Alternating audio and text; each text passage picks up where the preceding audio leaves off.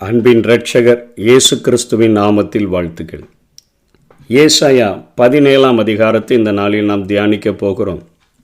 இதில் ஏசாயா தமஸ்கு என்று சொல்லி சீரியாவின் தலைநகரை குறித்தும், வடக்கு இஸ்ரவேல் அதாவது கிட்டத்தட்ட 9 கோத்திரங்களை உடைய அந்த வடக்கு இஸ்ரவேலை எப்ராயிம் என்று சொல்லியும், இந்த 2 தேசத்திற்கும் வரவிருக்கக்கூடிய நியாய தீர்ப்பை குறித்து அவர் இந்த அதிகாரத்திலே சொல்லுகிறதை பார்க்கிறோம். அரன் 3ஆம் வசனத்தில் அரன் எப்ராயிமையும் ராஜாங்கம் தமஸ்குவையும் விட்டொழியும், இஸ்ரவேல் புத்திரருடைய மகிமைக்கு நேரிட்டது போல சீரியாவில் மீதியாக இருக்கிறவர்களுக்கும் நேரிடும் என்று சேனைகளின் கர்த்தர் சொல்லுகிறார். இவர்கள் யூதாவை துன்பப்படுத்தினபடியினாலே இவர்கள் 2 பேருக்கும் வரக்கூடிய ஒரு அழிவை குறித்து இங்கே ஏசாயா குறிப்பிடுகிறதை பார்க்கிறோம். உங்களை தொடுகிறவன் அவருடைய கண்ணின் மணியை தொடுகிறான் என்பது போல ஆண்டவர் தன்னுடைய ஜனங்களுக்காக வைராக்கியம் பாராட்டினது நிமித்தமாக இவர்களுக்கு வரக்கூடிய ஒரு அழிவை குறித்து இங்கே ஏசாயா குறிப்பிடுகிறதை பார்க்கிறோம்.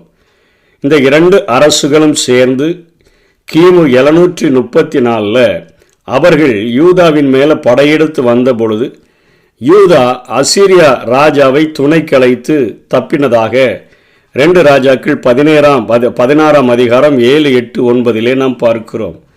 ஆகாஸ் அசீரியா ராஜாவாகிய திகிலாத் பிளேசாரிடத்திற்கு ஸ்தானாதிபதிகளை அனுப்பி, நான் உம்முடைய அடியானும் உம்முடைய குமாரனுமாய் இருக்கிறேன், நீர் வந்து எனக்கு விரோதமாய் எழும்பின சீரியா ராஜாவின் கைக்கும் இஸ்ரவேல் ராஜாவின் கைக்கும் என்னை நீங்களாக்கிவிடும் என்று சொல்லி கர்த்தருடைய ஆலயத்திலும் ராஜாவின் அரண்மனை பொக்கிஷங்களிலும் அகப்பட்ட வெள்ளியையும் பொன்னையும் எடுத்து அசீரியாவின் ராஜாவுக்கு காணிக்கையாக அனுப்பினான். அசீரியா ராஜா அவனுக்கு செவி கொடுத்து தமஸ்குவுக்கு போய் அதை பிடித்து அதனுடைய குடிகளை கீர் பட்டணத்திற்கு சிறைபிடித்து கொண்டு போய் ரேட்சீனை கொன்று போட்டான் என்று சொல்லி நாம் அங்கே 2 ராஜாக்கள் 16ஆம் அதிகாரத்திலே படிக்கிறோம். அங்கே யூதாவிலே இருந்த ராஜாவினிடத்தில் ஆகாசினிடத்தில் கொஞ்சம் போல் வெள்ளியையும் பொன்னையும் வாங்கி கொண்டு அவன் அங்கே சீரியர்களுக்கு விரோதமாக போய் அவர்களை அழித்து போட்டதை இந்த ஏசாயா தீர்க்க தரிசனத்தினுடைய நிறைவேறுதலாக நாம் பார்க்கிறோம். அதனைத் தொடர்ந்து கிமு 721 அவன் வடக்கு இஸ்ரவேலுக்கும் அவன் அங்கே யுத்தத்திற்கு கடந்து செல்லுகிறான். கடந்து சென்று அது 2 ராஜாக்கள் 17ஆம் அதிகாரம் 1ஆம் வசனத்திலிருந்து 41ஆம் வசனம் வரையிலும் சொல்லப்படுகிறது. இப்பொழுது சென்ற அரசன், இவன் பெயர் சல்மனாசார் என்று சொல்லி அழைக்கப்படுகிறது. இவன் அசீரியா ராஜாவாகிய இவன் போய் அங்கே வடக்கு இஸ்ரவேலை அழிக்கும் பொழுது அங்கே ஓசையா இஸ்ரவேலினுடைய ராஜாவாக இருக்கிறான். அவனை ஜெயித்து அவனை தன்னுடைய தேசத்திற்கு அசீரியாவிற்கு பகுதி கட்டுகிறவனாக அவனை மாற்றிவிட்டு வந்தான். ஆனால் அந்த ஓசையா அவன் அங்கே எகிப்துக்கு ஸ்தானாதிபதிகளை அனுப்பி இவனுக்கு பகுதி கட்டுகிறதை நிறுத்தின பொழுது இவன் அவனை பிடித்து சிறைச்சாலையில் ஓசையாவை போட்டான். சமாரியாவில் 3 வருஷம் முற்றுகையிட்டு ஓசாயாவினுடைய 9ஆம் ஆளுகையின் வருஷத்தில் அசீரியா ராஜா சமாரியாவை பிடிச்சு இஸ்ரவேலை அசீரியாவுக்கு சிறையாக கொண்டு போய் அவர்களை அங்கே கோசான் என்று சொல்லக்கூடிய அந்த நதியினுடைய ஓரமான அந்த பகுதிகளில் அவர்களை குடியேற்றுவித்தான் என்று சொல்லி பார்க்கிறோம். 24ஆம் வசனத்தில் அசீரியா ராஜா என்ன செய்கிறான், இஸ்ரவேல் தேசத்தில் உள்ள மக்களெல்லாம் அவன் அங்கே கொண்டு போய் ஆலாகிலும் ஆபோரிலும் மேதியரின் பட்டணங்களிலும் குடியேற்றி விட்டு 24ஆம் வசனத்தில் அசீரியா ராஜா பாபிலோனிலும் கூத்தாவிலும் ஆபாவிலும் ஆமாத்திலும் செப்பர்வாயிலும் இருந்து மனுஷரை வரப்பண்ணி அவர்களை இஸ்ரவேல் புத்திரருக்கு பதிலாக சமாரியாவின் பட்டணங்களில் அவன் குடியேற்றி வைக்கிறான். இங்கே உள்ள ஜனங்களை கொண்டு போய் வேற பக்கத்தில் குடியேற்றி வைத்து விட்டு இஸ்ரவேல் தேசத்தில் வெளியிருந்து ஜனங்களை கொண்டு வந்து அவன் இங்கே குடியேற்றி வைக்கிறான். இவர்கள் சமாரியாவை திரும்ப தங்களுக்கு சொந்தமாக கட்டி கொண்டு அதன் பட்டணங்களில் அவர்கள் அங்கே குடியிருக்கிறவர்களாக இருக்கிறார்கள். ஏசாயாவினுடைய தீர்க்க தரிசனத்தின்படி வடக்கு இஸ்ரவேலானது இப்பொழுது அழிக்கப்பட்டு அங்கே இருக்கக்கூடிய ராஜாவும் ஜனங்களும் அங்கே இருந்து கடத்தப்பட்டு ராஜா சிறையிலிடப்பட்டு மக்கள் மற்ற தேசங்களிலே குடியமர்த்தக்கூடியவர்களாக அசீரியாவினாலே அங்கே அசீரியா ராஜாவாகிய சல்மனாசாரால் அது நடக்கிறதை நாம் பார்க்கிறோம்.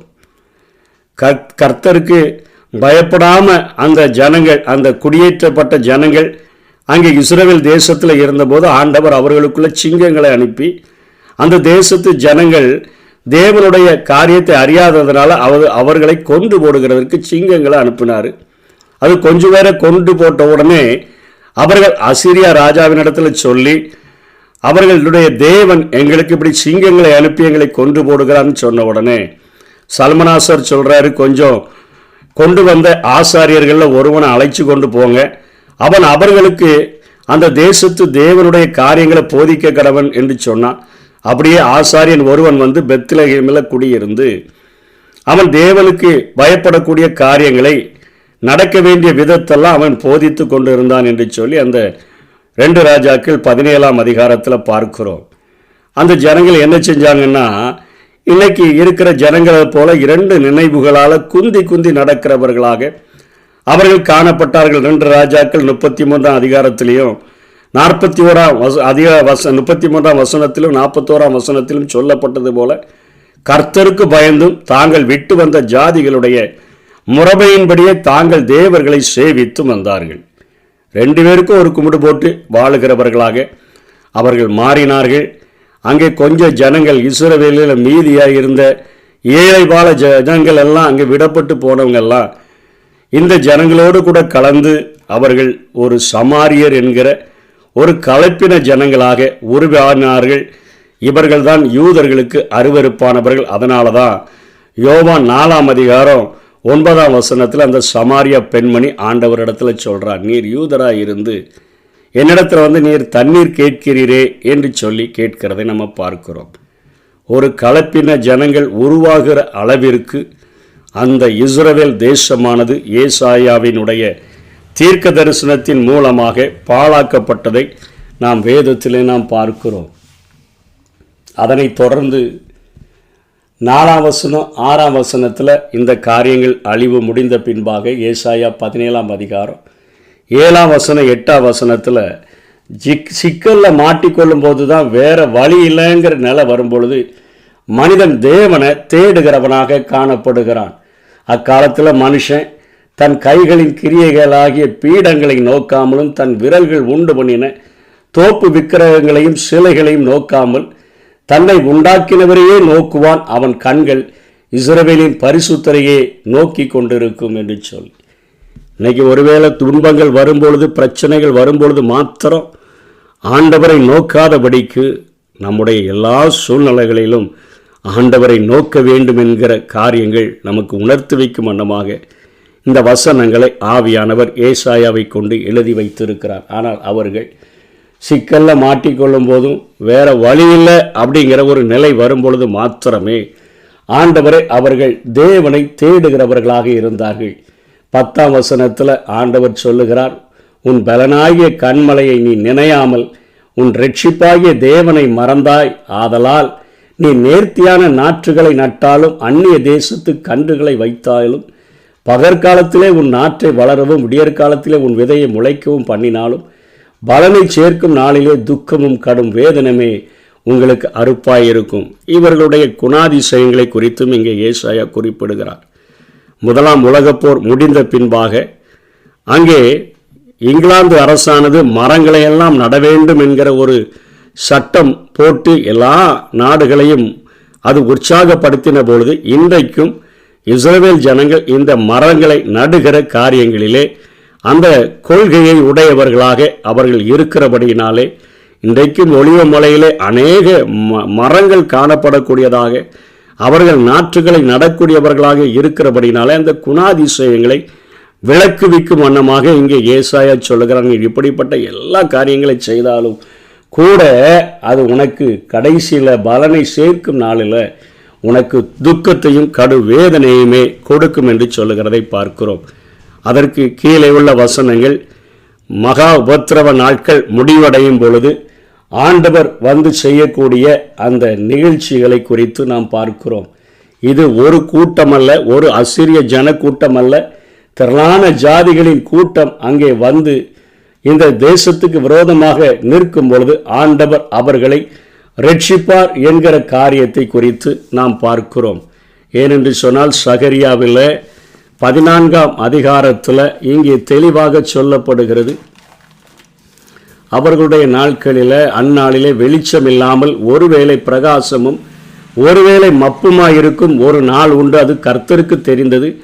அது பகலும் அல்ல இரவும் அல்ல, ஆனாலும் சாயங்காலத்தில் வெளிச்சம் உண்டாகும் என்று சொல்லப்படுகிறது. அப்படிப்பட்ட நாட்களில் ஆண்டவர் அந்த இஸ்ரவேல் தேசத்துக்கு விரோதமாய் வருகிற எல்லா ஜனங்களையும் எல்லா அந்த ஜாதிகளையும் அழித்து போட்டு கர்த்தர் ஒருவரே அங்கே ராஜாவாய் இருப்பார் என்கிறதை சகரியா குறிப்பிடுகிறதை நாம் பார்க்கிறோம். ஆனாலும் இந்த நாளிலே நம்மை உற்சாகப்படுத்தும் வண்ணமாக 14ஆம் வசனம் நமக்கு ஒரு அருமையான வாக்குத்தத்த வசனமாக சொல்லப்பட்டிருக்கிறதை பார்க்கிறோம். இதோ சாயங்காலத்திலே கலக்கம் உண்டாகும் விடியற் காலத்துக்கு முன் அவர்கள் ஒளிந்து போவார்கள். இதுவே நம்மை கொள்ளையாடுகிறவர்களின் பங்கும் நம்மை சூறையாடுகிறவர்களின் வீரமாய் இருக்கும் என்று சொல்லி இங்கே ஏசாயா குறிப்பிடுகிறார். இது எசேக்கியாவினுடைய நாட்களிலே அப்படியே நடந்ததை நாம் பார்க்கிறோம். 2 ராஜாக்கள் 19ஆம் அதிகாரம் 3ஆம் வசனத்தில் எசேக்கியா ராஜா அரண்மனை விசாரிப்புக்காரன் எலியாக்கிம சம்பிரதியாகிய செப்னாவை ஆசாரியர்களின் மூப்பர்களெல்லாம் ஏசாயா தீர்க்க தரிசின் இடத்துல ரெட்டுடுத்தினவனா அனுப்புகிறான். ஏனென்று சொன்னால் அசீரியா ராஜாவாகிய சனகரிப் தன்னுடைய அதிபதியாகிய ரப்சாக்கேவை அனுப்பி அவன் யூதாவை முற்றுகை போடுகிறதற்கு அத்தனையாய் அவன் நெருக்கி கொண்டிருக்கும் பொழுது அவ்வளவு கேவலமான வார்த்தைகளை பேசி அத்தனையாய் ஜனங்களையும் ராஜாவையின் இருதயத்தையும் உடைத்து போட்ட பொழுது அவன் ஆலயத்தில் பிரவேசித்து ஜெபிக்கிறவனாகவும் இந்த ஜனங்களை ரெட்டுடுத்தினவர்களாக ஏசாயாவினிடத்தில் அனுப்பினதை நாம் பார்க்கிறோம்.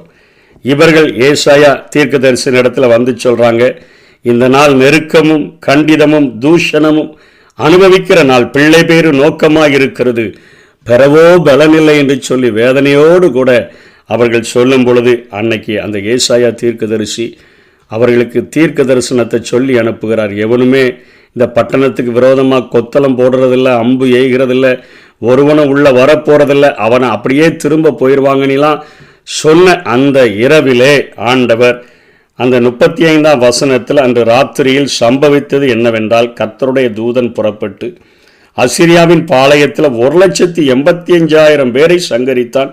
அதிகாலமே இழந்திருக்கும் பொழுது இதோ அவர்கள் எல்லாரும் செத்த பிரேதங்களாக கடந்தார்கள் என்று பார்க்கிறோம்.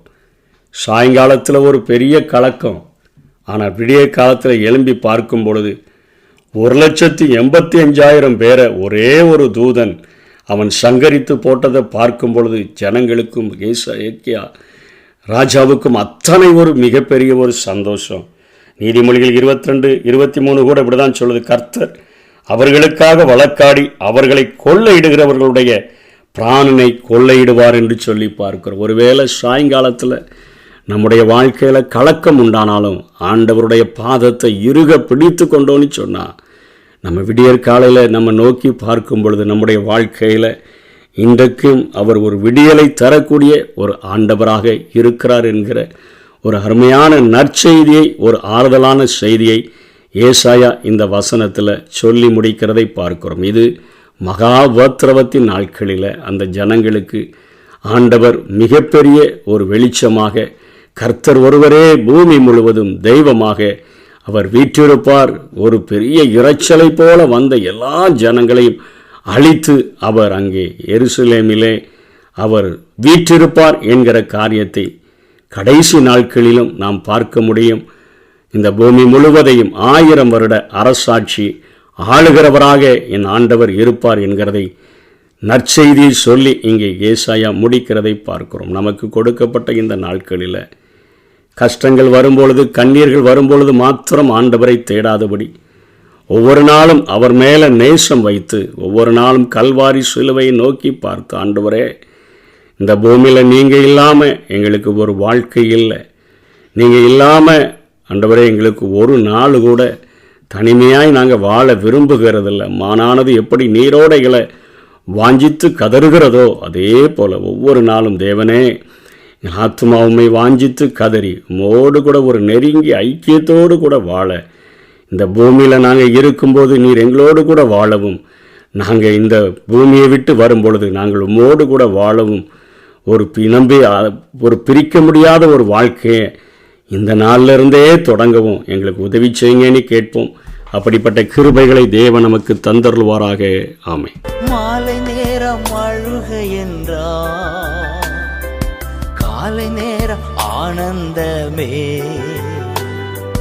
நொடி பொழுது உந்தன் கோபம், தயவோ வாழ்நாளெல்லாம், நொடி பொழுது உந்தன் கோபம், தயவோ வாழ்நாளெல்லாம். புகழ்ந்து பாடுவே, மகிழ்ந்து கொண்டாடுவே, புகழ்ந்து பாடுவோ, மகிழ்ந்து கொண்டாடுவோ.